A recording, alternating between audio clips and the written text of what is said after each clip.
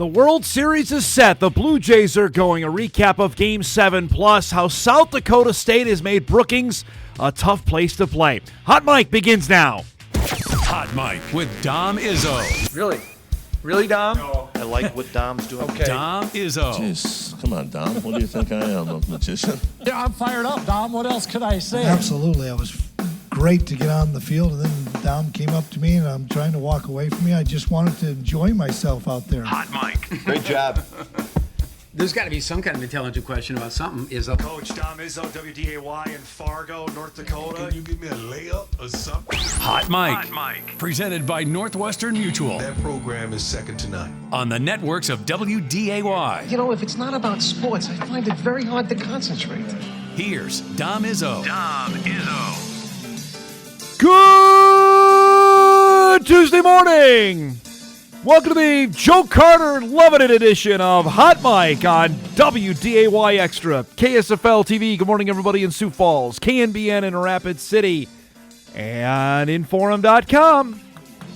Happy Tuesday, everybody. October the 21st, 2025. We're closing in on Halloween, which is next week. Breaking news, I was just told October 31st is around the corner.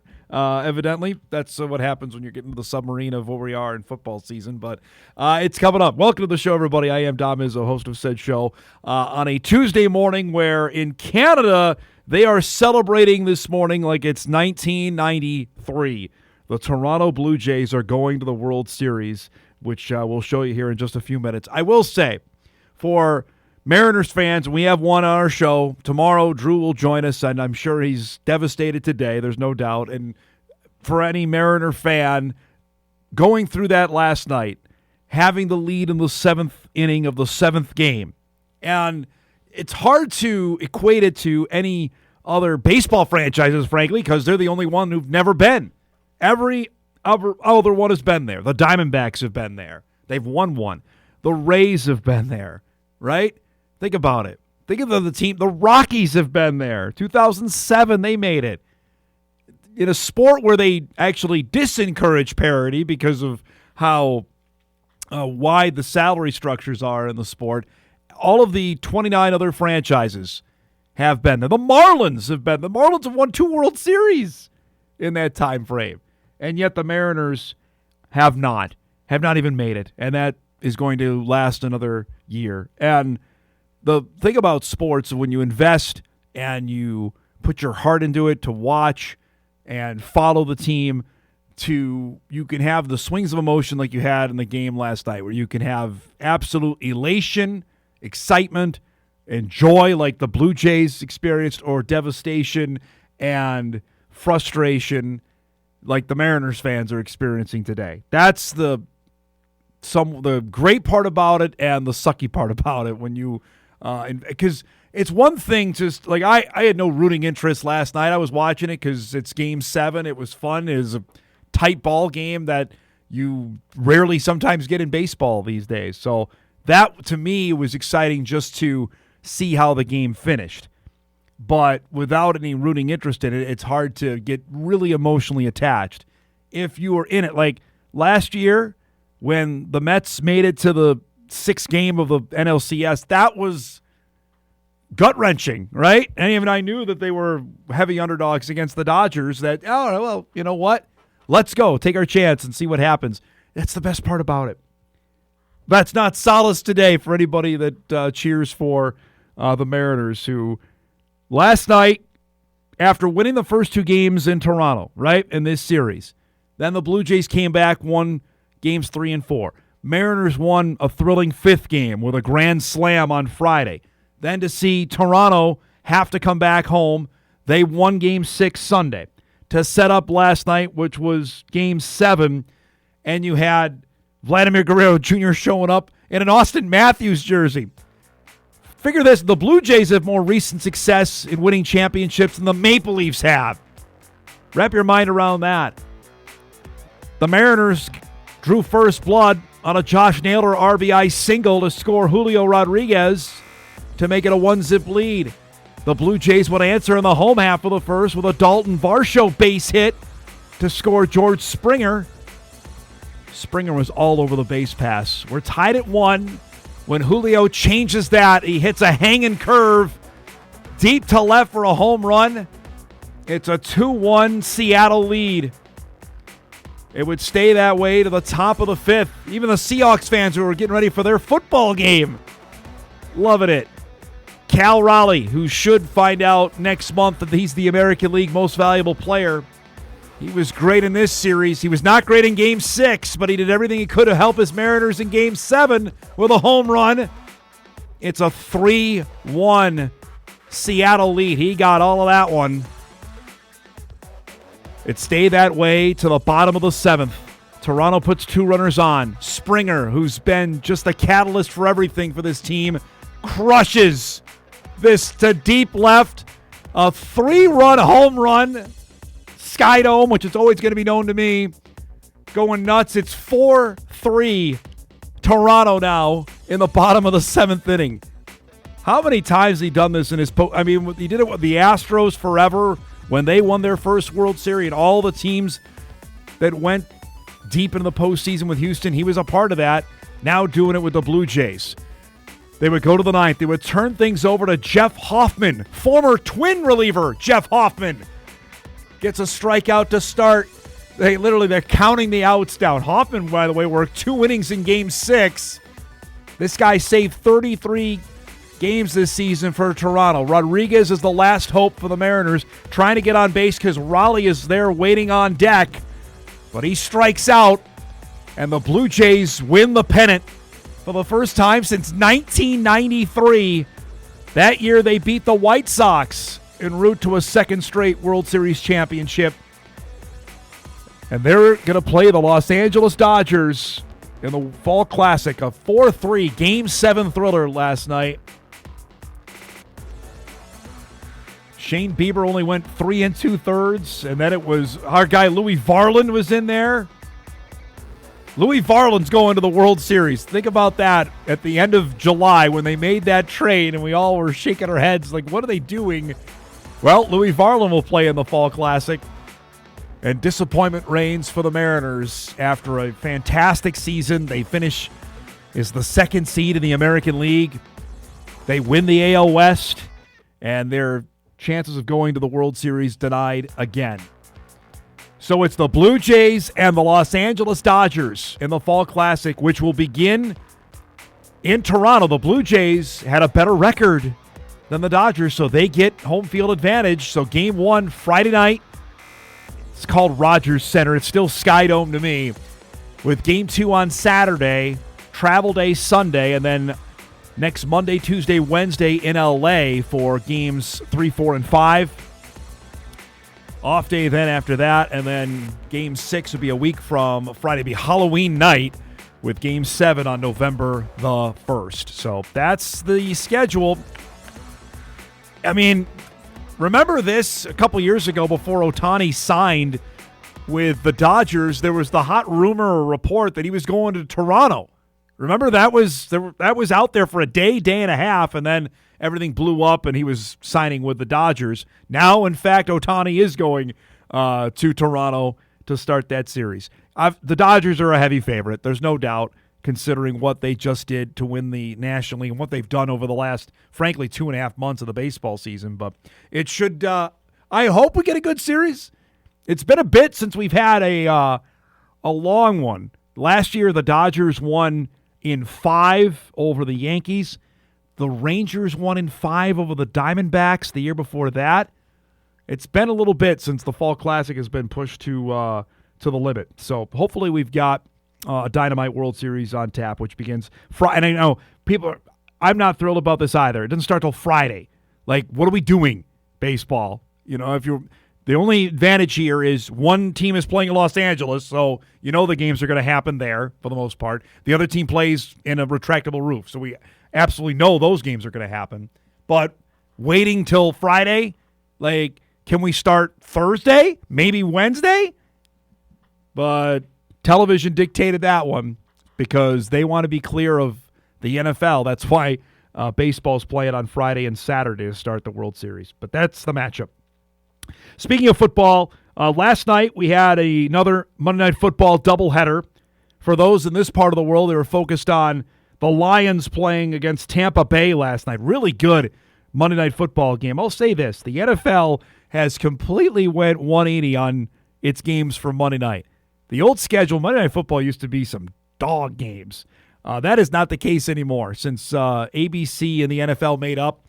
The games, Disney, I should say, and the NFL made up. The games are much better, and that was the case last night in Detroit with Baker Mayfield and the Buccaneers going in to take on the Lions team that lost on last Sunday night against Kansas City. This Detroit team just does not lose back-to-back games under Dan Campbell. They got going on this Amon-Ra St. Brown touchdown from Jared Goff. Give the Lions a 7-0 lead. Then they let Jahmyr Gibbs get going. No one's going to catch him. 78-yard touchdown run. It's a 14-0 Lions lead in the second quarter. Baker and the Bucs just couldn't get it going. This is a devastating play for them as they try to hit Mike Evans down the field, and he's down in a ton of pain. Watch again. His left shoulder, gets driven into the turf. Out with a broken collarbone, likely done at least till maybe the postseason. They finally got going to the third quarter. Tez Johnson on this touchdown pass from Baker from 22 yards out makes it a 14-9 score. They missed the 2-point play. Gibbs would score later in the quarter, his second touchdown of the game. That puts Detroit up at 21-9. Lions would hold off a late Tampa rally and win it by that score to get to 5-2, drop the Buccaneers to 5-2 as Detroit reasserts itself atop of the NFC after a big game from Goff. Gibbs was sensational, 136-2, led by that 78-yard touchdown run. So after the games last night now in the NFC North, you'll see Green Bay, obviously thanks to that tie, the Packers out in front in the NFC North currently with a record of 4-1-1. Then the Lions at 5-2, the Bears at 4-2, and then the Minnesota Vikings holding up the rear at 3-3 in the NFC North. So that's the up-to-date standings there heading into Week 8. Lions, of course, have the Vikings coming up a week from Sunday, which who knows who's going to be the quarterback for the Vikings then. Obviously, Minnesota plays on a short week as they've got their matchup with the Chargers coming up on Thursday. But good win for Detroit last night. Seahawks were also a winner last night in the other Monday Night Football game. I don't know if it made up for what happened with the Mariners for Seattle fans as they beat Houston to wrap up officially Week 7 of the National Football League season. So here we go. We're almost a week. I mean, we wait for it for so long, and then it's almost over like that. We got a packed show coming up for you here today on this Tuesday morning. Our guest lineup is brought to us by Northwestern Mutual. Our guy Mike McFeely is back with us this morning at 9:35. Mike getting ready for the trip down to Brookings in the Dakota Marker match. We're going to chat about that and a couple other topics at 9:35. The North Dakota High School football playoffs begin this weekend at 9-man in Class A. One of the teams to not mess around with in Class A, Ellendale, Edgeley, Cullum. The Thunder are the 3 seed in Class A football. Head coach Garitt Irey is going to join us at 10 o'clock. The Thunder, if they might be off the radar, Kildare's the 2, Langdon Area Munich is the 1. Overwhelming favorites there in Class A. We'll preview their opening game of the postseason coming up at 10 o'clock. And at 10:35, off a bye week, head coach Steve Laqua joins us as the Dragons resume their football season with a toughie this coming Saturday on the road at Northern State. We'll preview that and the chase for the record. Gage Florence is closing in on the all-time Division II receptions record. Young man out of Velva, North Dakota, likely is going to be number 1 all-time in receptions in Division II football history. Pretty good stuff. We'll chat about that and much more coming up at 10:35. That, a heck of a lot more here on a busy Tuesday morning. We'll take our first break. We come back. Some injury news out of Grand Forks regarding one of their top football players as they get ready for their stretch run. We're just getting started. Hot Mike returns after this on WDAY Extra, KSFL, KMBN, and Inforum.com.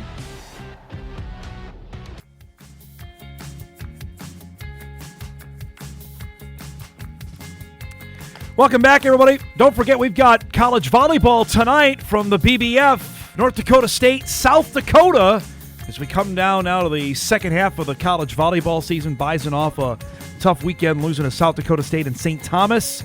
Our coverage begins 7 o'clock tonight on Extra from the BBF between the Bison and USD. Looking forward to that. Always a great environment, good crowd inside the Benson Bunker. All right, couple of football updates here after yesterday, where some teams have their Monday availability. UND did yesterday. Head coach Eric Schmidt gave us a little bit of insight on UND tailback Gavin Zebarth. You'll remember, Bison fans will remember him from a couple of years ago. Zebarth had 3 touchdowns in the UND victory over the Bison. He's part of that 1-2 combo that the Fighting Hawks have with Sawyer Seidel. We featured Sawyer yesterday with his 4-touchdown performance against the Salukis. Zebarth is going to be out, though, for about a month. Happened on this play that in the second quarter of the game against the Salukis, end of a 45-yard run where he got tackled hard there, out with a collarbone injury. You could see right there him grabbing on his right side. We just saw this happen yesterday with the Mike Evans injury. Schmidt said yesterday he'll go and have surgery this week. Then we're going to get him rehabbed and get him back here as fast as we can. A little bit will depend on what they see when he goes in for surgery. We're hoping it's a 4-week deal. He was coming off his best performance at 9 carries for 71 yards, and you see 2 touchdowns in the win against Youngstown State a couple of weeks ago. Nearly 1,700 yards and 20 touchdowns in his career. UND ran for 311 against the Salukis. So, what does that mean? Obviously, Seidel's going to be number one. You have to imagine true freshman running back Charles Langama out of Maple Grove, part of that Maple Grove behemoth team that won the state championship last year, is going to get more reps there.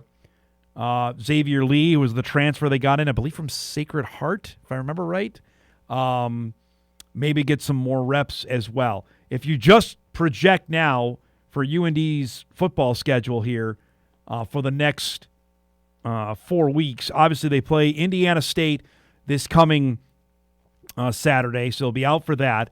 Then South Dakota, which is the first week of November, the Bison game after that, and the game with Murray. Maybe be back for the regular season finale against South Dakota State, and then the playoffs after that. If it's in that 4 to 5, I mean, maybe if you're Eric Schmidt, obviously you want him back as soon as possible, but if there's potential to rest him, get him ready, the bye week, and then you go, if UND's likely going to get a bye, depending on how the rest of the year goes. They're shaped up right now at 5-2 with games that are, frankly, they have 3 tough games left. I think the game in Vermilion is, I'll put an asterisk next to tough just because they haven't won there. I think they will win in Vermilion, but they got to prove it there. And then they have the Bison and the Jacks coming to their place. But if you have the opportunity to potentially get through the rest of the year without him and then have a healthy Zebarth once the playoffs come around in that first week of December, then you go from there. But that's the tough news there. Frankly, UND's been remarkably healthy. They've lost Bennett Walker, one of their top defensive players who they're still waiting to get back. But you look at, again, why they're at where they're at. They've stayed healthy, which has been good because defensively, I think Tom Miller talked to us about this on the show last week, knowing they have a ton of depth there. Now, that's a spot at running back where they have a little bit to play with. So, good news there. They've got some depth, but that's going to be tested in a big-time way going forward there. So, that was the big news, frankly, yesterday that wanted to share out of Grand Forks. We got a couple emails in I wanted to get to that we didn't have time yesterday. Of course, after the show wrapped, the Summit League announced its CBS Network college basketball schedule for this upcoming year. The network is going to get 9 games again this season, including a Bison women's game for the first time.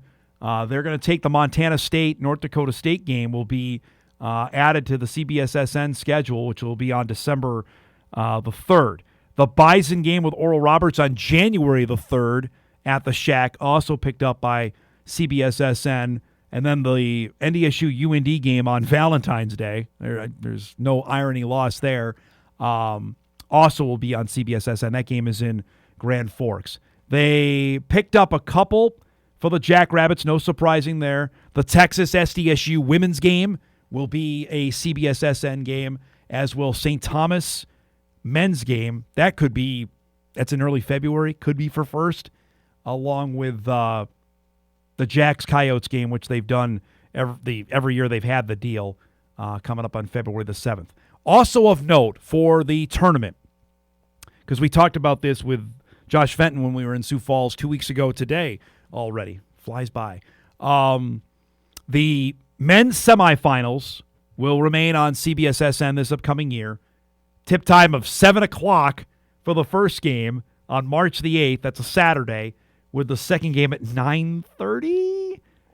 All I can say, I was back home because the Bison teams both lost on the first day, so we didn't have to worry about it. But, that's a late start for game number 2. And then the championship days on Sunday, March the 9th. The women's title game will tip at 3, the men at 8. I think they actually moved that up a half hour. I think it was at 8:30 last year. It was late with that matchup with Omaha and St. Thomas. It'll be 8 o'clock, which is the old time slot they used to have on Tuesday nights, which was late anyway. But this is the last year, as we talked about with Josh when he joined us, of the deal.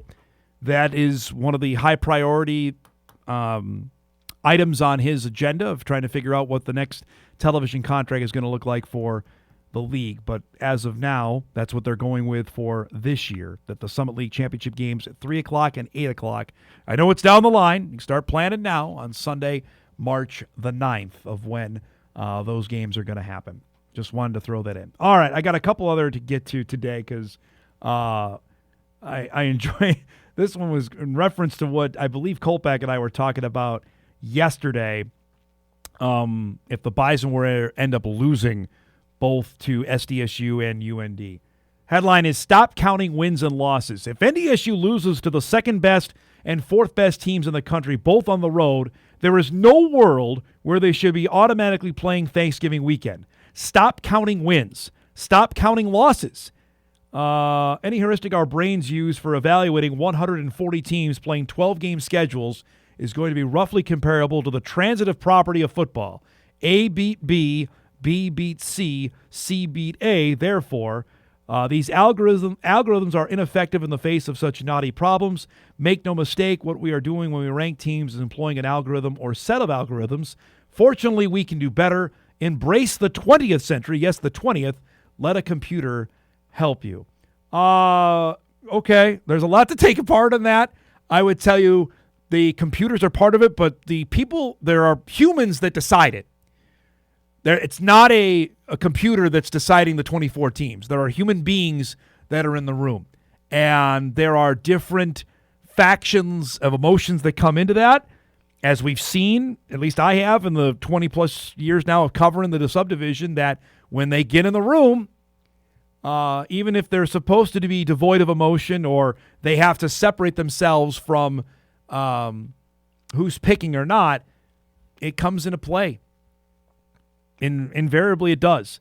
I'm here to tell you that I can't sit here and guarantee if the Bison were to lose both of those games and win the rest of them, right? So they're 10-2, that it's automatic they're a top 8.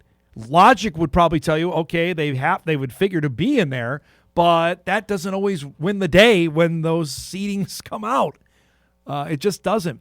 Now, granted, we're in an era now, I would say, that they seed 9 through 16, that we're not going to be in a spot where 2 years ago, where North Dakota State got pegged with Montana State. There was no way, whatever Montana State was that year as a seed, I think they were the 5, that should have happened. We will not go down that road again.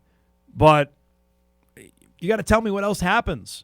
And there's human beings in the room, you have to count wins. I'm sorry, that's the way it works. I appreciate the email, but it's not a possibility when there's human beings involved. If there was just a computer selecting the top 24 or the 24 teams, or frankly, the 13 teams, because there's 11 automatic bids, then maybe I could embrace what you're talking about. But with humans still in the room, there's emotion involved in that. Dom, going back to yesterday when you said about the Colorado State job being open, and there's a possibility of Tim Polisic getting that job because he was familiar with the program and the conference, I just want to point out to you that Colorado State will be moving into the new Pac-12, with Boise, San Diego State, Utah State, and the best one of them all, Fresno State, since Matt Entz is the coach. Well, again, all those teams were in the Mountain West Conference, though, where he was an assistant. He was the offensive coordinator at Wyoming, and Wyoming played Boise, San Diego State, Utah State,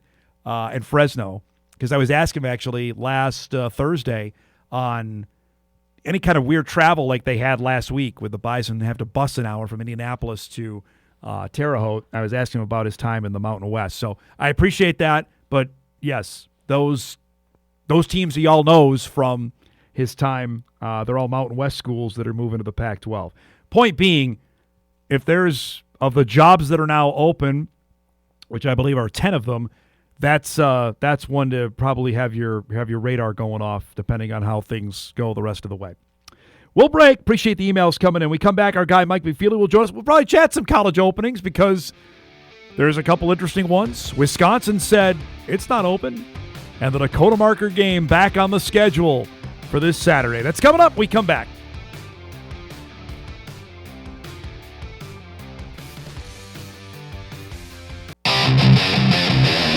Oh, it's Mr. McFeely. I have seen the future, and he was wearing number 5, and I ain't talking about Robbie Grimsley, folks. Took out the muffins, took out the trail mix, took out the cookies. They stole the monster cookies. Wow, that's awesome. That is so awesome. Let's do some broadcasting. Yeah. All right, we'll do some broadcasting with our guy, Mike McFeely, joining us, who got a few messages that, boy, Mike's probably smiling. He missed out on going to Terre Haute this past weekend. Well, it seemed like a good week. My family had a little get-together, and it was Indiana State. And so when I looked at the schedule at the start of the year, and I knew this was going to be a family thing out at my sister's lake place out northeast of Brainerd, I went, what a good Saturday to take off, because it ain't going to matter. Not going to be nothing to write about. And the next thing I know, it's just an absolute disastrous blank show that's happening in Terre Haute. Yep. And I'm going, oh, well, no, I'm still glad I didn't go. I might be gladder now that I didn't go than I was before. But what an adventure that was. That was something, man. That was... between the Jackson Dutenheffer incident, then obviously the rain and thunder and lightning, like I mentioned at the start of the show yesterday, evidently there's no meteorologists that they consult in Terre Haute because everybody around the area had moved the game, and they decided to just plow ahead playing at 1 o'clock local time. I rewatched the game last night, okay? And I was texting you on some of the stuff I was seeing. I'll admit, I skipped over. Did you guys have to keep live TV going? Because at some point, I assume you broke out the top hats and canes and were doing some kind of. Well, Kyle was getting cabin fever. He had to get out of the booth. You guys at are a going point, to start singing Dean Martin maudlin songs. Thankfully, we didn't have to. We went to ABC Pro. Our friends in radio, though, did because of all their affiliates across North Dakota and Minnesota. Sam and Phil Hansen were. Okay, I'll see Sam today at the. They were on the entire time. Yep. Here's a little number they were replaying interviews from earlier in the week. I was giving them a hard. Hey, we're going to go back to fall camp and start playing some interviews from August. What a nightmare! So, my gosh! Here's a little Sammy Cohen tune that Bing Crosby made famous in 1943. Yeah, I got a message. Sam Niederman singing. Depending on your perspective, this is either the best or worst time for McFeely to miss a trip. So, from my perspective, it was the best. Yes, it was the greatest. Yes, I was thoroughly enjoying myself. It was a deal. I'll just say that. And then, as Polisic said, when the second half started, it was like they came out, for a little league game, let's get out here. It was just, And the doors you and Jeff, hashed this over for a half hour yesterday, but I was not, again, to make clear, I was not there, so I'm only watching the rebroadcast of it. But I guess it was odd to see NDSU kind of stumbling around A little bit. Oh. and odd, like the whole offsides, 4th and 9 offsides, delay of game with Tim still had 2 timeouts and he didn't call one. Yep. So then they backed up and kicked made a harder field goal. Yeah. And I didn't, but all of that said, I didn't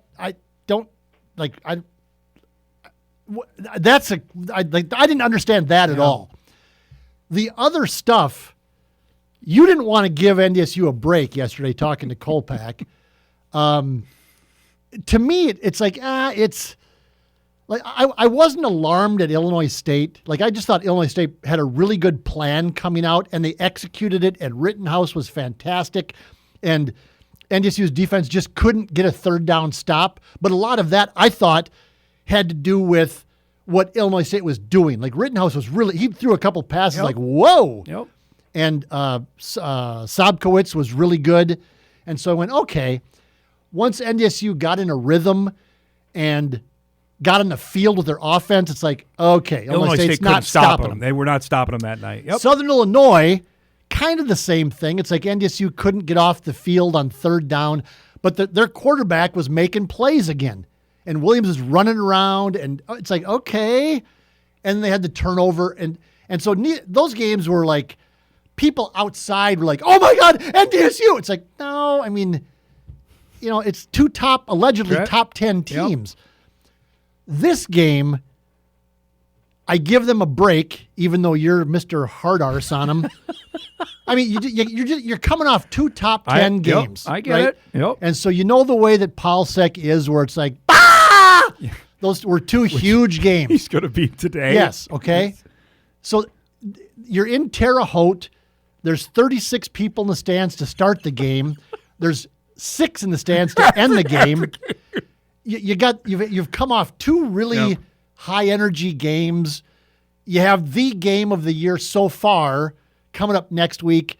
It's natural that you might come out and not be on a razor's edge against the Sycamores. Yeah. So I'm just not alarmed at all. If NSU comes out this week and they're like, they give up 21, it's like, okay, then there's an issue. You got something there. But I'm just not that concerned. Okay. As somebody who watches the games and have seen NDSU play for 30 years now, I don't think it's that big of a deal if they struggled against Indiana State in the first half. All right, so the standings here as we start this, week number 9 now coming up. Bison, remember, have the half game lead because they started conference play a week early with South Dakota. And then you have the Jacks and UND, and remember the Bison go, obviously, Mike, both those games are on the road. South Dakota is there. I think that's phantom. I don't know what the right word to describe. Fool's gold. Fool's gold is probably the best way to describe it because obviously we know what the Coyotes have left, and we again saw them lose by 100 up here in Fargo. And we knew they were going to be 5-3. Correct, with the 3 games they were playing. And I wrote that in my column after the Coyotes Yep. game. It's like, this ain't the same outfit. Yep. Despite what others around, there's a 5-3. It's like, it doesn't matter. No. I mean, we saw what they are. They've scrambled to beat a couple bad teams, and now they're in the meat of their schedule, and we'll see what they are made of. Scramble is right. They barely beat Indiana State, and they barely beat Northern Iowa the last 2 weeks. Then you've got Illinois State, SIU, and Youngstown in that cluster. So I guess my question to you out of this, as we sit here now on October 21, how many Valley teams are making the postseason in your mind? I'll still say like 5. I was going with 5. Right? Yep. Because, I mean, look around. I mean, I don't need to say this to you, but just look around. Yep. I mean, the CAA, like, who's there? It's Monmouth and Rhode Island. That's pretty much it, I would say. And Rhode Island isn't very Rhode good Island got because hammered by Brown. Uh-huh. Yep. And so, okay. Yep. I don't know how good Monmouth is, honestly. Lamar is 6-1. And Lamar beat South Dakota. No! Now, see what you're going to do there is have the people in the 605 going, see, they're not that bad. Yeah. Yes, they are. Yeah. So the Southland's going to get what? 3? 2 probably. Because Incarnate Word's not so going to make it this year. So the Big Sky is going to get 4 probably. So you're I don't know. You don't have enough teams. I don't know who else is going to be in the tournament. Can we put like 4 Ivy schools in?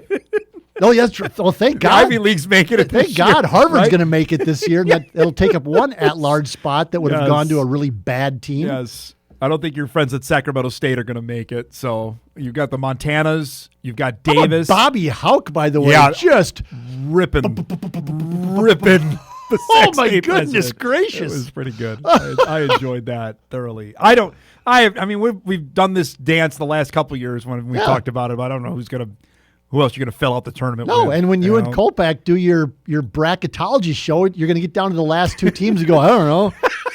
How about Shimtree University from Utah? I mean, who knows? Yeah. And it doesn't, I mean, know. it doesn't. Part of the issue, I get where people like, when it comes to South Dakota, people are saying, well, they can still make the play. Well, yeah, they can still make the playoffs, but call it arrogance, call it privilege, whatever, elitism. Like here in Fargo, it doesn't matter if you're a 7-5 team that makes the playoffs. Nobody cares because the standard here, as it is in Brookings and Montana State, is not to make the playoffs. It's to win the national championship. Correct. At least to get to the semifinals or the finals. Right. And so if you're a 7-5 South Dakota team that lost by 200 to North Dakota State, to make the playoffs, good. Travis Johansson, good for you. You can say in your resume, I made the playoffs. Yep. Okay, good. But that was not the standard for them going into the year. No way. They were a top 5 team. They were openly talking about this, and Aiden Bauman came back because he wanted to win a national championship. And so, whatever. Chase Mason's status is, according to what Dan Jackson told John Gaskins yesterday, is day to day. Yes. So is mine, by the way.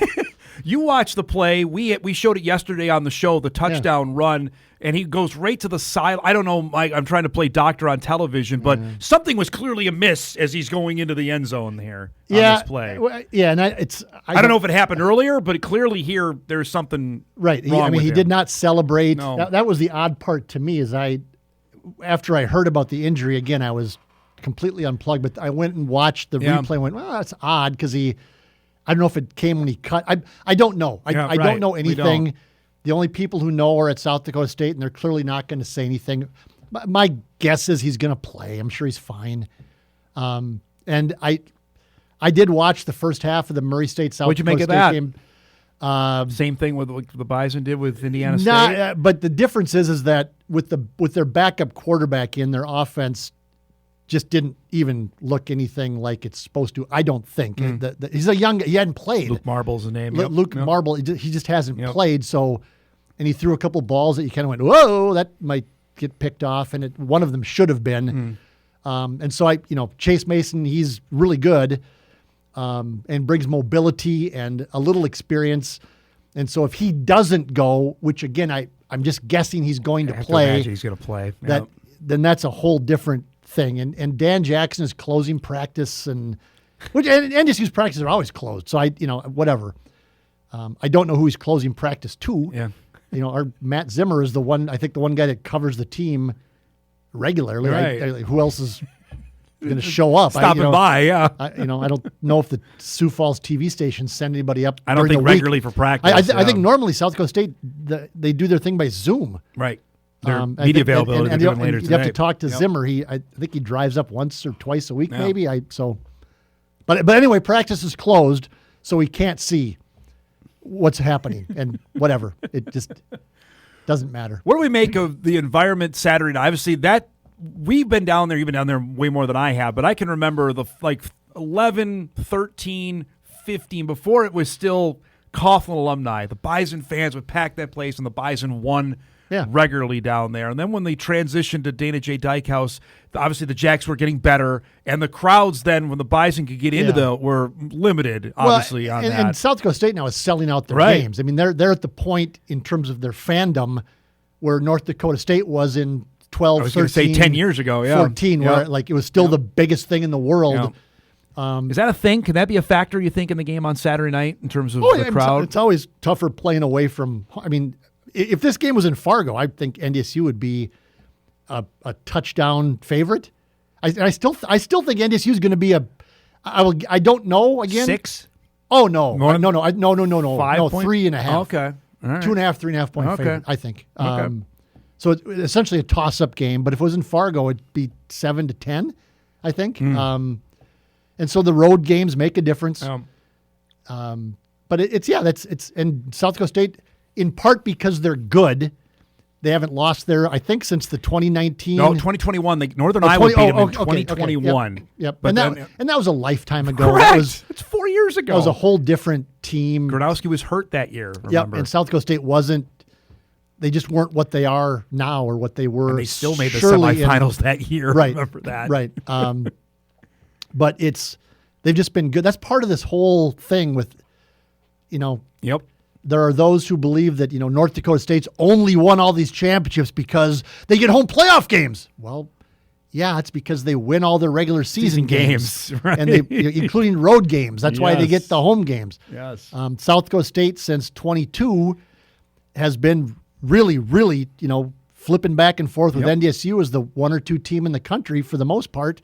And so they're winning all their games. And I'll say that before we go to break, Jimmy Rogers acknowledged after the regular season loss last year that knowing full well we're going to play him again, we're likely going to have to come to Fargo, which he was exactly right about that. And I'll take this a step further this year.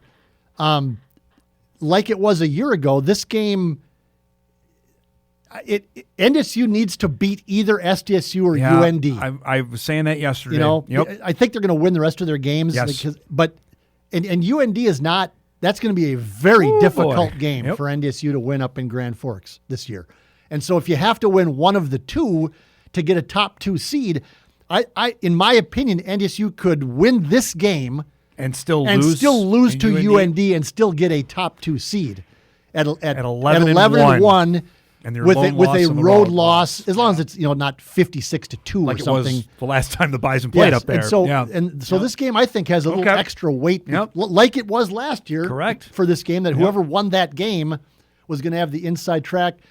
NDSU should have gone on to win the rest of their games. They blew the game in Vermilion, but UND has sort of replaced USD as that team in the Valley, the third throw that team. in, by the way, the Jackrabbits go to Grand Forks the final week of the season as well, which could throw another monkey into the wrench. If you want to play all this out, which the football teams are not allowed to do because it's one game at a time, if NDSU wins this game on Saturday, or whoever, that game then between UND and NDSU or UND and SDSU is going to be huge for both of them, because UND then at that point, they could be looking at a top 2 or 3, or if UND runs the table, they could be the number one seed.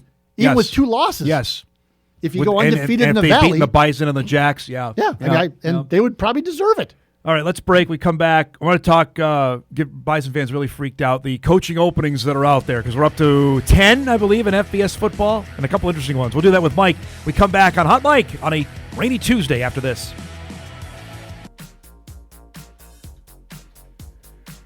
Welcome back, everybody. So before we left yesterday's show, we read the statement from Wisconsin AD Chris McIntosh. I don't know if you saw yesterday. He and the president of Wisconsin came out in support of Luke Fickell, which normally maybe is the kiss of death sometimes, at least in professional sports, when a GM or an owner says, well, we're behind the guy, and then 4 weeks later they axe him. What do we make of it sounds like Wisconsin is not going to move on Luke Fickell, even though they haven't scored in like 3 weeks. Yeah, and they owe him a lot of money. They do. That may have something to do with it as well. And so it's, for the president to come out and say that if it's just the AD, it's like the president can tell the AD, just say something. Yeah. And we'll can him in 2 weeks. But when the president comes out and says, then it's all right. I don't know. You and I have talked about this. The obvious. Tim Polsek would be an obvious choice for that job someday, like an obvious choice, like so far beyond obvious that you'd have to be a moron to not hire him in the right circumstances for that job, because he is Mr. Wisconsin. Yes, all the connections. He could bring in one heck of a staff with his connections in college football. Great recruiter, great fundraiser, all these things. I just don't think, even if Wisconsin gets rid of Fickell, that jump from FCS to FBS is still just, it's only been done 1 or 2 times. And the one time that we know about, it's because There's an inside connection the there. AD and the coach were like tight. Yeah. And so I don't know that NDSU would have to worry about that. Now and the other jobs that are open. Now, I mean, Colorado State interest you? Yeah, at all? Is that one? Yeah, that one is an interesting job. I think the previous coach was getting paid like $1.9 million, which is a lot of money. Jay Norvell was making almost $2 million. A lot of money. Yeah.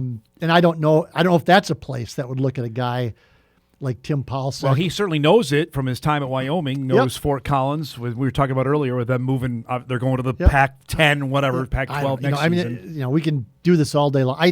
I don't know. 2 years is an awfully quick turnaround. I mean, to come in and out, you never say never. Especially what happened, with Jimmy Rogers. Right, Brookings is what I look at. Yep. But I had been there were people in college football who told me, because Rogers could have gone, I think after his first year. He was offered some bigger jobs. About Florida Atlantic? Is that right? I think Florida Atlantic, and I believe he was offered the D coordinator job from Fleck at Minnesota as well. Turned those down. I was told from people in college football, you don't want to be like a one and done guy because that's a bad thing to have on your. Yep. But then I was told, wait till after this next year, and then just with everything going on and what they were losing to graduation and everything else, the quarterback was likely going to leave. Then it was made more sense for Jimmy Rogers to leave after the second year, and he did. Yep. Which is fine. It doesn't matter. But Polsek, I don't know. 2 years and done? It would be abrupt, but again, you never say never anymore in this sport. If something opens, right? I agree. If there's a job that gets the spidey sense, Colorado. When I saw Colorado State, Colorado State's like that's a good job. Right, I think everybody in the industry thinks that's like a really good job. Yeah. That they just haven't met their expectations in Fort Collins. Brand new, not brand, 7-8 year old stadium. Yep. Really nice facilities. It's Colorado. It's all of those things. Yep. Got the radar off there. And it's going to be a Pac-12 job. Correct. Next year as well. Not that means anything other than more money because they're going to have a better TV contract in the Mountain West. That to me was the one that kind of had the radar going off, at least as of now. We'll see what happens over the next 6 weeks. Obviously, Brent Vegan, his name is out there too. Has been connected or not connected. It's been rumored, offered as a possibility for Oregon State and Colorado State. I saw as well. His name was there. And Veeks went through this whole thing last year. Veeks was probably, I think, what I was told was Washington State's top candidate. This time last year when the opening went to Rogers. I was told even further that it could have been his job, but they wanted him to leave sooner than later. They wanted him to leave Montana State prior to the and championship. he would not do that. Yeah. The other name, and it's way too soon because he's only been there for like 7 games, but Eric Schmidt in Grand Forks. Yep. If with his connections, at the highest levels, correct. He was at Washington. Washington, yes, like the real Pac-12. He was at the real Pac-12. If they continue on this arc in Grand Forks, I know that he's a UND guy. I think his wife is from North Dakota. He's from Mandan. I know all of those things are true, but I mean, if UND runs the table in the Valley, and they get like the top seed, and they get to the championship game in FCS, and I'm getting way ahead of myself. Like that's a program that did extreme mediocrity for 20 years in FCS, and in like 6 months, been really good. I think he knows what he's doing. I think he knows what he's doing. All right, we got to roll. Looking forward to the game on Saturday. Appreciate the time coming in, and we'll see you Saturday in Brookings. All right. I'll see you later this afternoon. Don't forget your laptop. I forgot about that. Thanks for bringing that up. Last time I was down there, I forgot my laptop. Oh, that's right. That's right. Yeah. I used Eric's to. He bailed you out there after that. Yes. Have a great day. We'll see you later. All right. Mike McFeely joining us each and every Tuesday at 9:35. We'll break. We come back. We'll chat some North Dakota high school balls. The Class A playoffs begin this weekend. That's coming up. We start hour 2 right after this.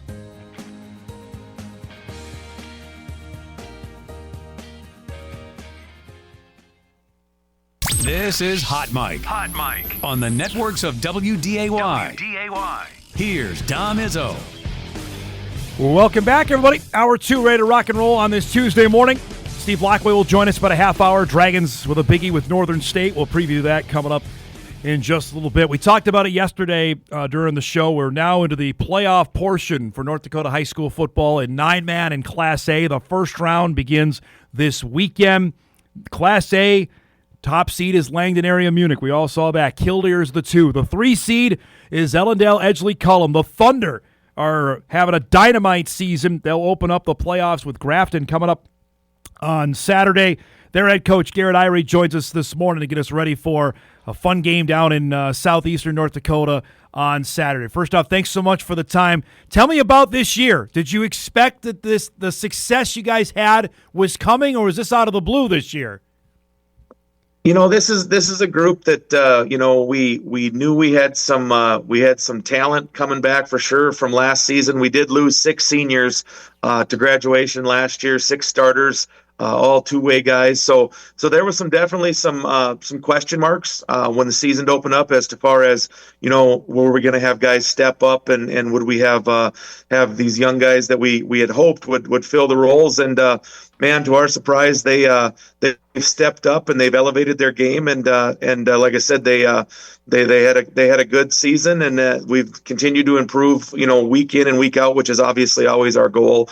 The kids have really bought into that idea of playing to a certain standard, practicing to a standard, training to a standard, and doing that every day, and not looking ahead and those type of things. And I got to give the kids a lot of credit for buying in and committing. But yeah, I've been very, very happy with our progression up to this point and the guys that have stepped in to fill those roles.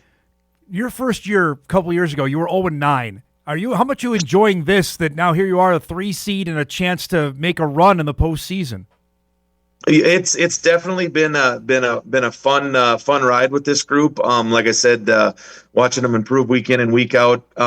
It's a different kind of stress, I guess you could say. The stress of expectation versus the stress of not having a lot of success. But like I said, we talk about as a team all the time, just about remembering how lucky we are that we get to be a part of something like this. Not everybody gets to have a season like this, and know that we got to feel fortunate that we've been able to have the success we've had and never take it for granted. How much, Gary, when you took over, knowing full well program is not in a great spot, that first year of slugging it out, how tough was that every Friday night when you're losing, to have a big picture mind in plan? Yeah, it definitely gets tough. And I think the biggest thing there is what we tried to preach early on is, that we're going to work on changing culture, that we were going to work on establishing a standard, and that Rome wasn't built in a day. And, we celebrated a lot of little wins back then. We celebrated, if we were, instead of looking at all the big picture stuff of, we lost a game here, we lost a game there, but if we were accomplishing specific game plan type ideas, we made sure that we celebrated those things, and that we talked to the kids about it, and we recognized those things so that the kids could see that even if the building blocks were small, they're there. And it seemed like each week, we would take a stride. We lost a couple of real tough games that first year. I think we lost a game on a field goal to Oak Grove, I think 40 or 45 yards. And that's the 3rd or 4th time in my high school career coaching that I've been beat by a field goal on the buzzer, believe it or not. That don't happen very often, but I've had four of them, I believe, since I started this thing back when. And but that was the big focus, is that, to get the kids to believe, and we just that celebrate those small victories, celebrate those small milestones, and guys, as we continue to grow and we do these little things right, that eventually, as we're doing more and more little things right, those big things will start taking care of themselves. You had one of the best athletes in the state. We had him on our show a couple times last year, and Joe Crumlick, who's now playing football at the Air Force Academy. To have a guy like that, how much does he not necessarily cover up some warts, but boy, he can do a lot of things for us, and you can't replace one guy. You probably have to need 4 guys to replace a player of his talent, right? Oh, absolutely. He's one of those once in a generation kind of kids that come through. I mean, he's off doing very well at Air Force. His dad, Aaron Cromlick, coaches for us, and so we're fortunate enough to get updates quite frequently from Coach Cromlick on how Joe's doing. And he's loving it down there, and he's competing. And I think they got him redshirting this first year. But yeah, it's fun hearing back the stories on that. But you're exactly right. I mean, how do you fill the shoes of a guy like that? It's not necessarily so much as filling them, as in, what can we do? But the upside of that is we had some young corners that got to learn from him. We had a couple of Brogan Young is one that comes to mind. He was a freshman starting. When Joe was there, and Joe kind of took those guys under their wings. We've had a few freshmen actually starting in the secondary for a few years now. And man, talk about a good mentor, because Joe had done camps at higher levels and had trained on some higher level things. And even me just sitting down and talking to him, because I'm not a secondary guy. I was an O-line guy, D-line guy. So, I don't claim to know it all. So I would even sit down sometimes and just talk football with those guys and jot down some ideas and some notes as to what we can do better in the secondary. But I think he left a lasting impact on our program, obviously in the hole that we needed to fill, but also in how he showed these other guys what's possible if you have the dreams and aspirations of wanting to go on to the next level, or even just elevating your game personally to compete on Friday nights. We were talking off air. So as a coach, you're in the submarine, but are you paying attention once it's time for bracket time? Like, all right, where are we going to go? Were you involved in that, or like just show me who we got to play and we'll go from there? I'm a little bit more on that latter school of just show me who to play, show me what the road is. Yeah. I have a couple of assistant coaches that are a little bit more tuned into those type of things. And I was up Saturday morning doing some things, and I had been told that the brackets were going to be out about 11 o'clock. So I was going to be like, I'll check, around that time. And about 9:15, my phone starts blowing up from my assistant coaches, who already somehow knew, what the road was going to be. And then, like I said, that did help alleviate a little bit of stress. But I'm definitely one of those guys of just tell me what the road is, and then we'll start making a plan of how we got to move forward. So now that you know who you're going to match up, it's Grafton. What is this last few days about getting info and facing a team you haven't seen before?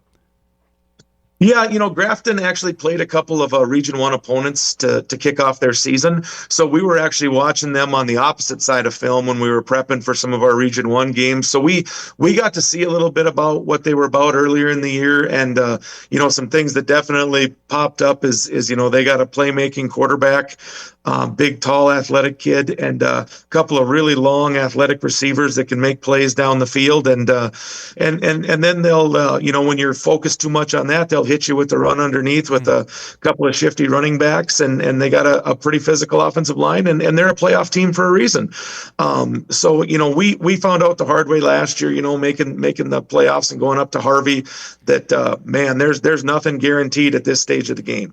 I was going to ask you about that, Garitt, about last year's experience for the guys that are back that have gone through this to get them ready. Okay, you guys full well know what's coming on Saturday, except the difference is you got it at home now. Yep, exactly. And I think back to last year, and the goal definitely, as we were building this thing, we talked about a little bit earlier about celebrating the small things and trying to build the program up that way.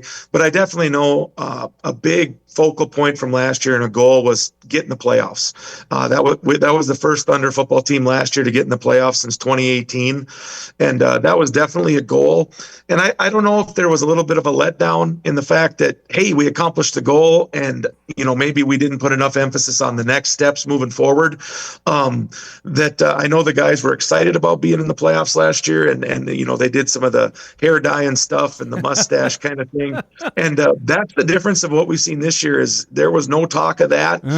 Yesterday's practice was very, very upbeat and very focused. And I think it was a great experience last year, as tough as it was to go up to Harvey, lose to a good team up there, a well-coached team for Harvey. And, as tough as it was last year at that time, I think it's going to help us grow and hopefully be ready to make a little more of a run here in this year's playoffs. I'm always interested in this. Tell us, for how far away do you guys have players coming from and waiting around for guys to get to practice? Can you describe the challenges of that? Yeah, that if we were to ask me what our number one, challenge is as a co-op school, it's going to be the travel. Yeah. I think one of my assistant coaches was telling me they calculated out the mileage, and it's just an obscene amount of miles that these kids have put on this year. Because we try to make it an even amount of practices in each of the communities between Ellendale, Edgeley, and Cullum. Edgeley's kind of centrally located there, so it's 25 miles to Ellendale, 15 to Cullum. But when we're in Cullum or we're in Ellendale, those two communities having to travel, it's close to 40 minutes on the bus just to get to practice. So there's a lot of days where we're not able to even kick practice off till about 4:15. And what's hard is when you're a part of a small school, you're all pulling. Every organization's pulling from the same small bucket. So these kids aren't just football players. I mean, they're in the one-act play. They're in FBLA. Some of them are running cross country, and we encourage that stuff. That's fantastic. That's part of the experience of growing up in rural North Dakota, and so definitely a challenge. We just feel like we have to be a little bit more efficient than everybody when we go to practice, because we still try to get them out of there by 6 o'clock, 10 to 6, so that they can still go home and be kids and do those types of things too. But so we really focus on high tempo, efficient practices where we don't waste a second. And our kids have really kind of adopted that too over the last 4 years. You're going to have to roll with it here if you keep playing with it getting darker earlier. How do you adjust for that, knowing that you're running out of daylight? Well, the schools all told us they're okay with us kicking those lights on the stadiums if we got to, and like we always say, whatever it takes. So to have for yourself personally, Saturday comes around, when you just maybe take a minute, say, you know what, from 0-9 to this, will you think you'll do that on Saturday? I think I'll, that's hard to say. If Saturday goes well for us, I think there'll definitely be some reflection. If Saturday doesn't go the way we want us to, I think that'll take me a little longer before I'm able to sit back and reflect. But I've actually been able to enjoy that a little bit with this group after the wins on Friday nights, getting home and talking to the assistant coaches. And we've definitely had those conversations about the rewarding feeling of where we're at compared to where we started. And that goes back to what we talked to the kids about never taking anything for granted, that everything in small town North Dakota seems to cycle. And, you get fortunate enough once in a while to be blessed with great groups of kids. And, we definitely have had that my last 4 years. And like I said, hopefully we're establishing enough of a foundation that we can continue to build on that. All right, last thing before I let you go, and I really appreciate the time this morning. I know how big of a Valley City State guy you are. You bragging after the big win over Mayville a couple weeks ago. You got bragging rights now. Yeah, absolutely. Yeah, no, that's one that always feels good. I played back when it was the original DAC 10. Yeah. So we played, Jamestown was a big rival. Mayville was a big rival. So anytime you can get those wins, it's a good day. And Coach Mack and Coach Horner, I played for both of those guys, and they're still doing their thing up at Valley and doing a great job. And no, it's fun to see. How about a Valley City State game in Oregon? Did you ever think you'd see that ever? I did follow it on the computer that day when they were out there, and no, I didn't think. I mean, I know there was talk of that when we had made the playoffs a couple years back then. We ended up going out to Carroll College, but there was some talk at the time that we could potentially end up playing a team out on that West Coast. I think it was Azusa out of California at that time, but yeah, no, I never thought I'd see it, and I mean, it's definitely interesting to see the direction that things have changed. Garitt, this was awesome, bud. Thanks so much for doing this. Good luck on Saturday, and hopefully we'll talk soon, okay? I appreciate it. Thanks for having me on. Garitt Irey joining us, head coach at Ellendale Edgeley Cullum. The Thunder open up the Class A playoffs coming up on Saturday against Grafton. They are the 3 seed there, Killdeer the 2, and we mentioned Langdon Area Munich the number 1, and what should be a really fun Class A tournament that gets going on Saturday. We'll take a break. We come back. We've got a couple emails to get to, including... For you Red Hawks fans, you can start planning it. We got the 26 American Association schedule when the Hawks will play their home opener. It's coming up when Hot Mike returns after this.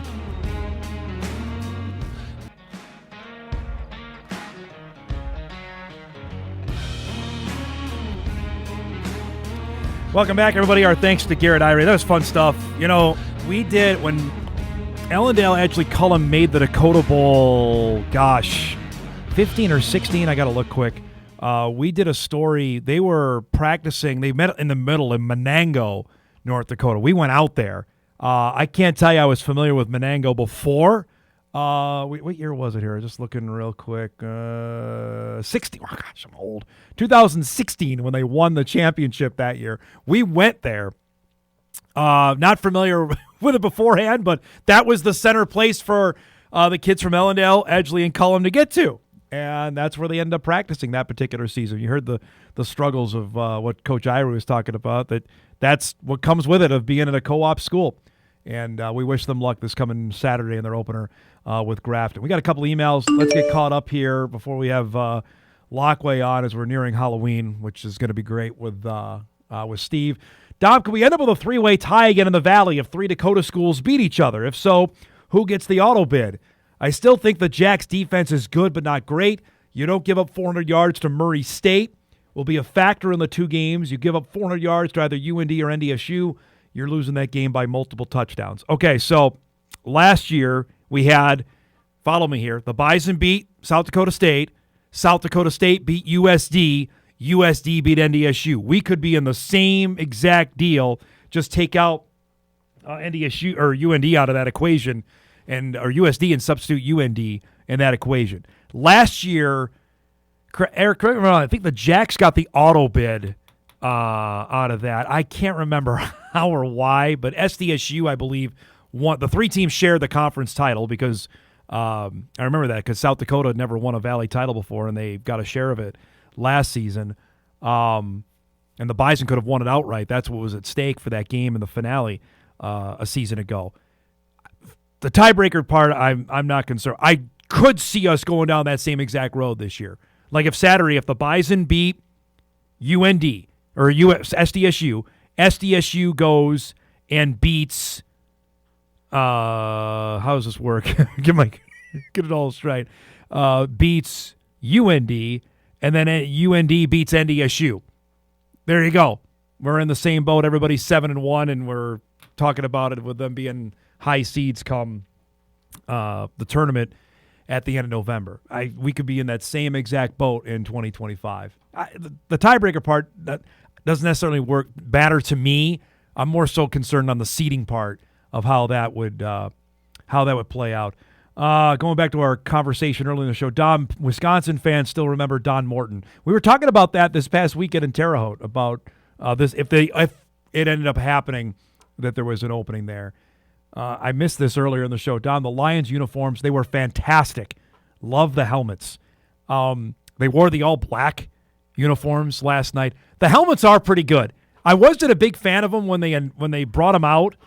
If you remember when we do our uniform breakdown, which is a perfect segue here in a second for another uniform release today, but those are pretty good, what Detroit wore last night. I'm more of a fan of the Honolulu blue. Just that is an awesome color. I don't believe they do it anymore because they were bad in them, like Barry Sanders bad when he was playing with the white tops and the Honolulu blue pants. They don't wear. That might be like Scott Mitchell era, like 1995 Detroit Lions. They don't do those anymore. Speaking of uniforms, so earlier today, just getting ready for the show, phone starts buzzing crazy. I'm like, oh, okay, what is going on? And it was a uniform release and a big one because we're now in the hockey season, been going 2 weeks now. The Colorado Avalanche used to be the Quebec Nordiques. In 1994, they announced that they were leaving Quebec City and moving to Denver, Colorado, which at that time, for me, at 15 years old, ripped my guts out because the Nordiques were my team. Because they had, at that time, Joe Sakic and Peter Forsberg were on the team. They just made the trade for Eric Lindros. If you want to go and look down a trade that set up a team, everyone around here knows the Herschel Walker deal with the Cowboys and the Vikings. You look at that trade between the Quebec Nordiques and the Philadelphia Flyers, set up the now Avalanche to go and win 2 Stanley Cups. Anyway, the Nordiques had the best uniforms in sports. I mean, we're talking better than the Charger Powder Blues. And for years, people have been asking, well, when, because the Hurricanes brought out the Whaler uniforms, which are, again, are pretty darn good. Early 90s uniforms in hockey were outstanding. Well, today, we got our wish because later this season, the Avalanche are going to wear those. For you listening on the podcast, it is the old powder blue Nordiques sweaters is what they call them in hockey. They are fan-bleepin-tastic. These are all of them. Look at this. There's nothing. With the fleur-de-lis on the back, oh, it's fantastic. I have a Nordiques toque somewhere buried under my stairs at my house. I might have to break it out now after seeing that. But that is a long time coming. The hockey fans are going, you know what, today after this announcement. That's coming up, I believe, in November is when the Avalanche will wear them. My only, after seeing this plea, is that the NHL is going to expand because we keep hearing Houston's going to be on. Put the team back in Quebec City and be done with it. They love the sport up there. They left because they couldn't get an arena. Denver wanted a team, and Denver used to have a team. If you don't know this, the Colorado Rockies were their name. Then they moved to New Jersey and became the Devils. It's a whole deal. Bring them back. Houston's got enough. Houston has the Texans. They have the Astros. They have the Rockets. They don't need hockey. We got enough warm weather teams that don't care. Phoenix got a team and they didn't even care about. They lost them. Let's give the teams, like Utah loves the Mammoth now. Let's give Quebec City back its team. Canada needs more. We don't need any more United States-based franchises. We're good. There's my plea for the day. All right, we'll break. We come back. We'll talk some Dragon football with our guy Steve Laqua. Dragons off a bye. We got Northern State on tap this Saturday. Biggie down in Aberdeen. We'll chat about that when Hot Mike returns. We're back after this.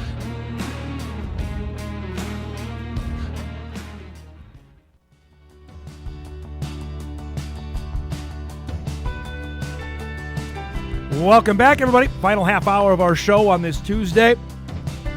Hey, Thursday, we're going to be joined by Dragon men's basketball head coach Jason Kemp. That night, the Dragons are going to take on the Bison in a men's basketball exhibition game up at the Shack. So we got two Dragon coaches on this week because we got Kemp coming up Thursday, and we have our usual Tuesday appearance. I hope you don't feel upstage. We're going to have another Dragon coach on the show. Are you all right with that? I think that's great. I was more just pondering our usual guests. I was like, can we come up with a little bit more exciting? I didn't know what you were going to do with yourself last week. You haven't had a bye week, you told me, in 20 years. So what did you do? Yeah, that's a great question. Did a lot of Halloween preparation.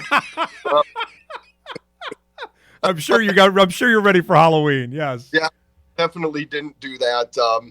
We got our guys, I think, in a really good spot. We were in a situation where I think we didn't have a lot of tread left on the tires, and so a week to kind of recover and rest was awesome, I think, for our guys playing. We ended up doing a JV scrimmage on Wednesday with the University of Jamestown, and I'd never been around anything like that, and I know it's kind of an NAI thing, and at first when we started talking about it, I was like, well, that's not Division II, but when you get the 4-game rule for freshmen, it opens up some doors where you're like, okay, that can be one of their games. And so we had a great little kind of game without special teams. It was awesome.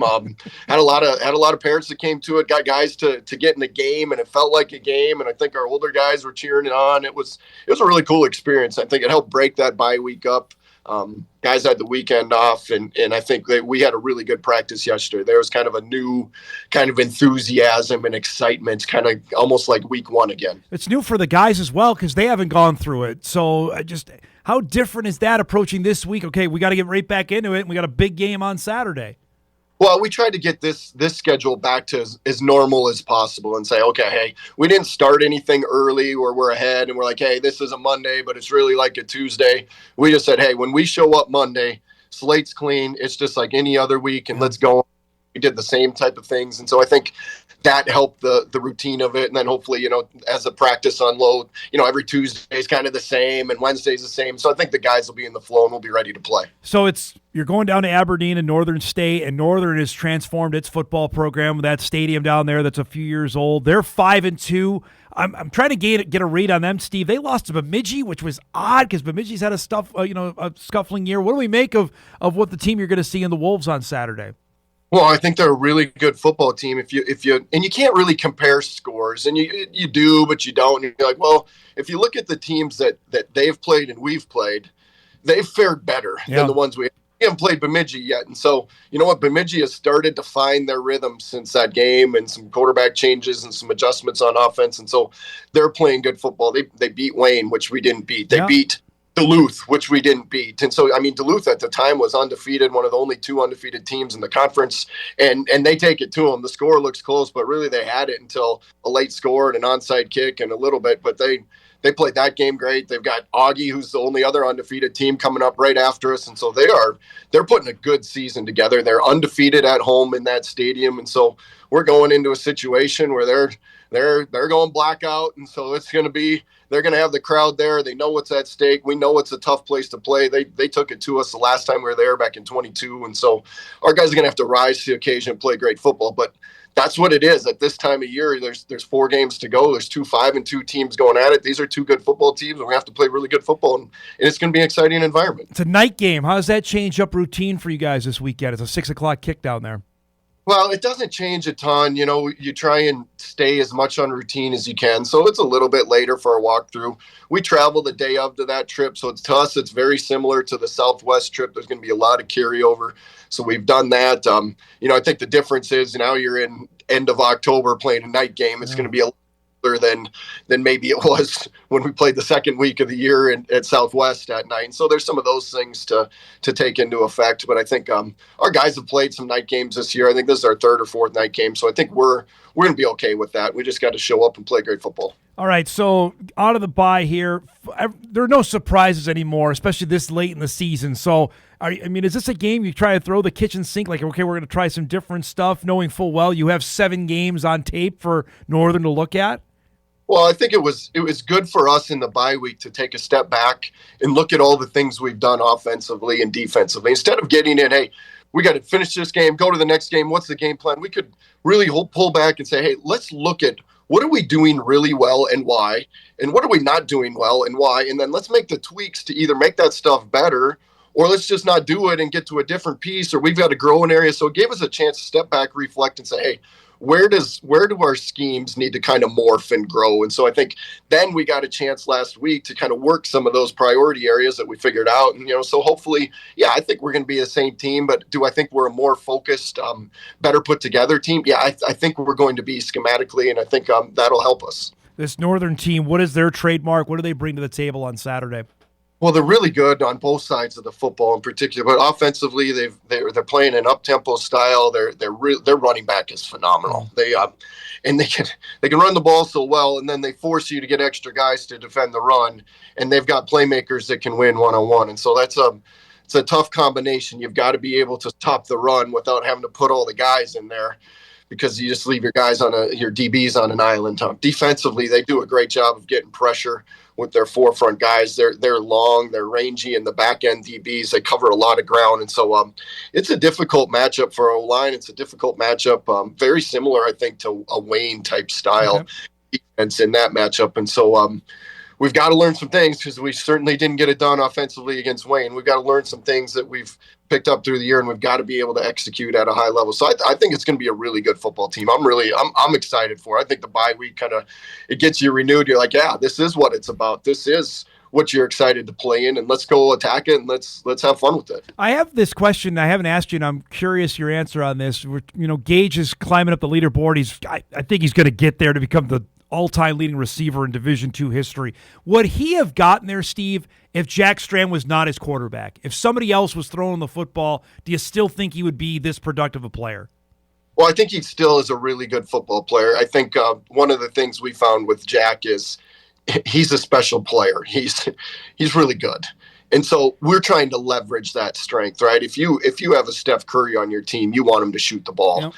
So I think some of it we've had more pass attempts because of Jack's ability, which then allows more catches, whether they go to Gage or BP or Adner, whoever, that's to be determined. But I don't know if we had a quarterback that is at that level. We're probably not throwing it as many times. Now, maybe we're trying to find ways, but I think at the end of the day, it's a great combination. The two of them have worked out well together, right? It's just because we're throwing it a lot doesn't mean it just automatically goes to Gage. Like, you have to get open. You have to do the things that buy trust in a quarterback to throw it to you when there's not a lot of space, when it's third and short, whatever it might be, big plays. And so, I think everything goes hand in hand. I guess on the flip side as well, the Gage has to get open too. Or sometimes he doesn't and still makes the catch. But on him, he's still got to find a way to get open, knowing full well that he's getting the kitchen sink thrown at him every time.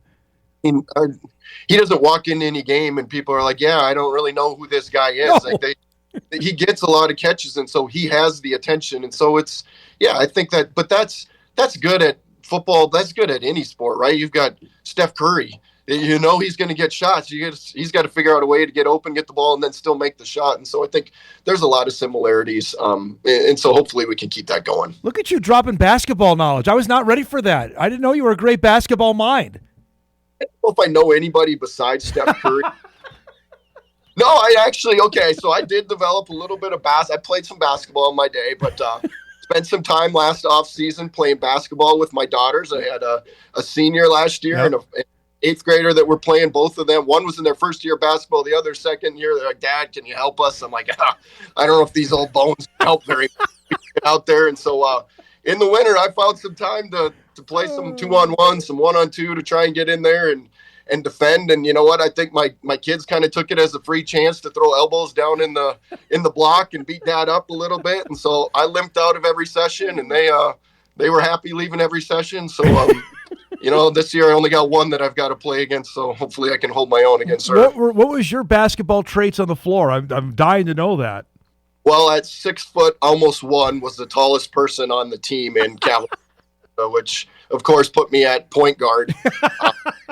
But my lack of athleticism then put me at defending the post, so I didn't have to go out there. And so, I did a few things here or there, and was fortunate enough to play some. When there's not very many people, you get a chance to play a little bit earlier. I actually loved basketball more than I liked football, because you could go in, you could play at any time, and there's not a lot to do maybe in Cavalier when I was growing up, but managed to have keys to get into the 2 places you could shoot, and then knew enough friends in the area that could get into the other gyms at the other small so you could find some pickup games and play some hoops and develop your craft more than one would imagine. I was not expecting us going down that road. Who's Cavaliers' rival in basketball, at least in your day? Who was it?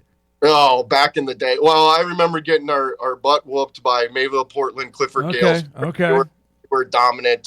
Hillsboro got us a couple times. I know ended probably our best season where we had a chance. I grew up always wanting to get to the state B tournament. That was our vacation every year.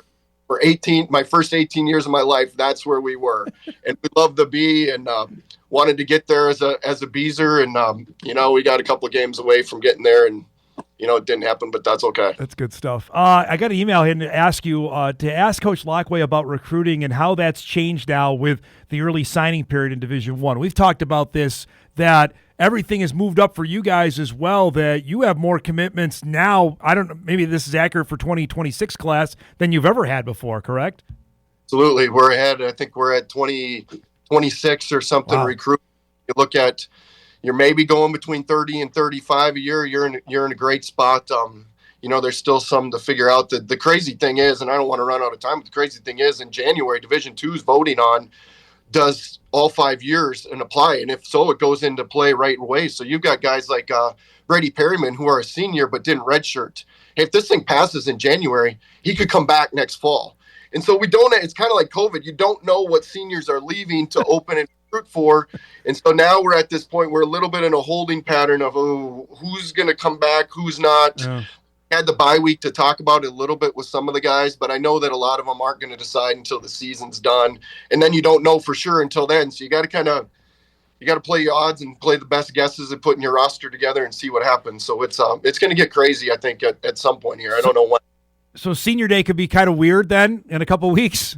It is a little bit weird. Bye week, we had a couple of guys say, "Hey, you know what? I'm graduating. I need to move on to a job." We have some guys I think they're going to go through senior day because you don't want to miss it. You can't bank on the fact that this thing's going to pass. And so you might have a second senior day next year, but hey, we're going to, senior day, we'll enjoy those seniors. We're going to treat them as seniors for now, and we'll figure it out when it's all said and done. Have you picked the movie yet for the bus trip? We know or not yet? Yeah. What do you got? I have the movie. So it's interesting. We're, they've got a blackout for their deal, and we're going into the bank that's undefeated. And so, we've got some things that we're going to have to put those themes together. And so we'll hopefully come up with something, and I'll have some cryptic things that go out there in Wednesday's team meeting. Those keys to victory and clues will be out there, and hopefully we can take that onto our persona and go out there and perform how we want. You know what? It's going to be a big stage, and we got to make sure that we play well with the bright lights. Great stuff as always, bud. Appreciate the time. Safe travels and good luck on Saturday night, okay? Sounds great. Thank you. We'll see you next week. There you go. Steve Laqua joining us, MSUM head football coach. Dragons at 5-2, Northern State at 5-2. Good one Saturday. That's not the only big football game in South Dakota. Not the Dakota Marker game in Brookings. It's a biggie going on in Aberdeen. That stadium is fantastic. If anybody's ever been down to Aberdeen and seen it, it's really, really nice. One of the better Division II stadiums you'll have, and the Dragons will be in for a big one there with Northern on Saturday night. We'll take our final break. We come back. We got our Eliminator update since we're done with the NFL for the week, and get you ready for a busy Sports Tuesday. Hot Mike will wrap right after this.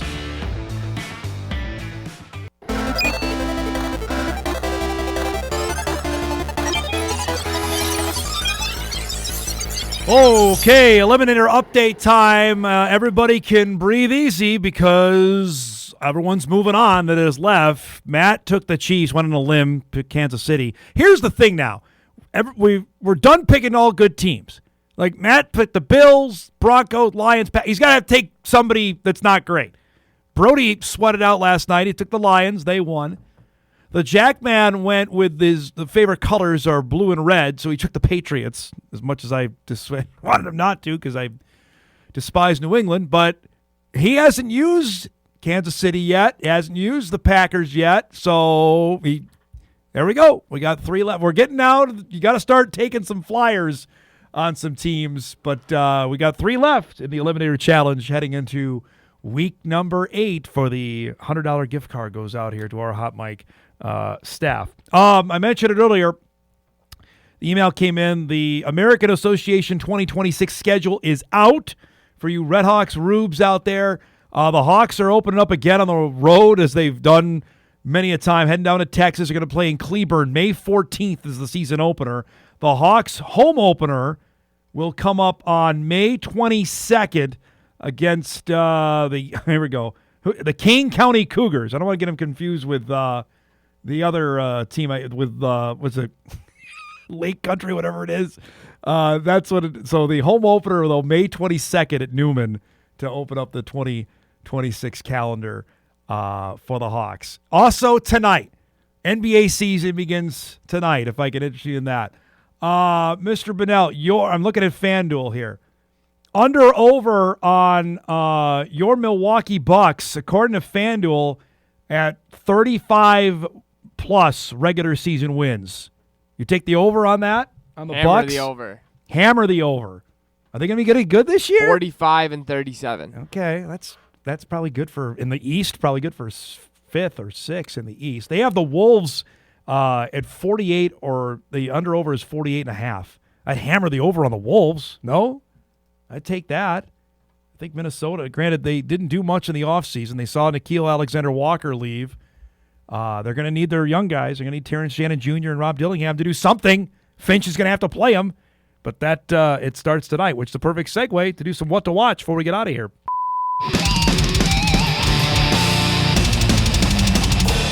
What to Watch is brought to us by Northwestern Mutual. We've got college volleyball tonight, 7 o'clock on WDAY Extra. South Dakota and North Dakota State. The Bison start the day tied for second in the Summit League at 5-2.